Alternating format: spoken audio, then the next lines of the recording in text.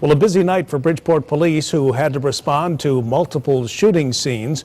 Tonight, a restaurant owner is dead and a 15-year-old girl in extremely critical condition after two separate shootings. Police are searching for suspects.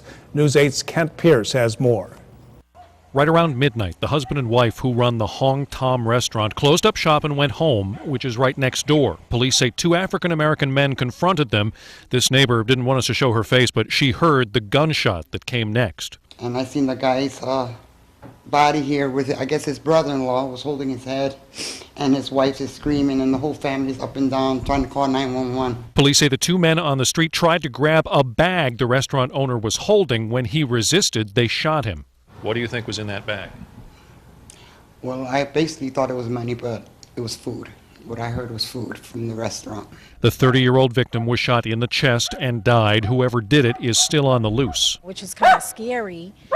And it's scary because it's happening right next to your home. Absolutely. And there was such a nice family. They were hardworking. What's so disturbing to neighbors is that these folks got robbed. One of them killed just going from their restaurant right here to their home right here.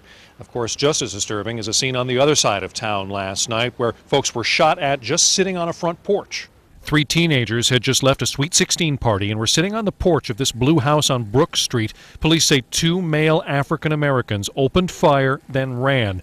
This neighbor didn't want her face on TV, but she had just heard the teenagers talking about the fun they had at the party. Next thing you know, I went in the house and just heard gunshots.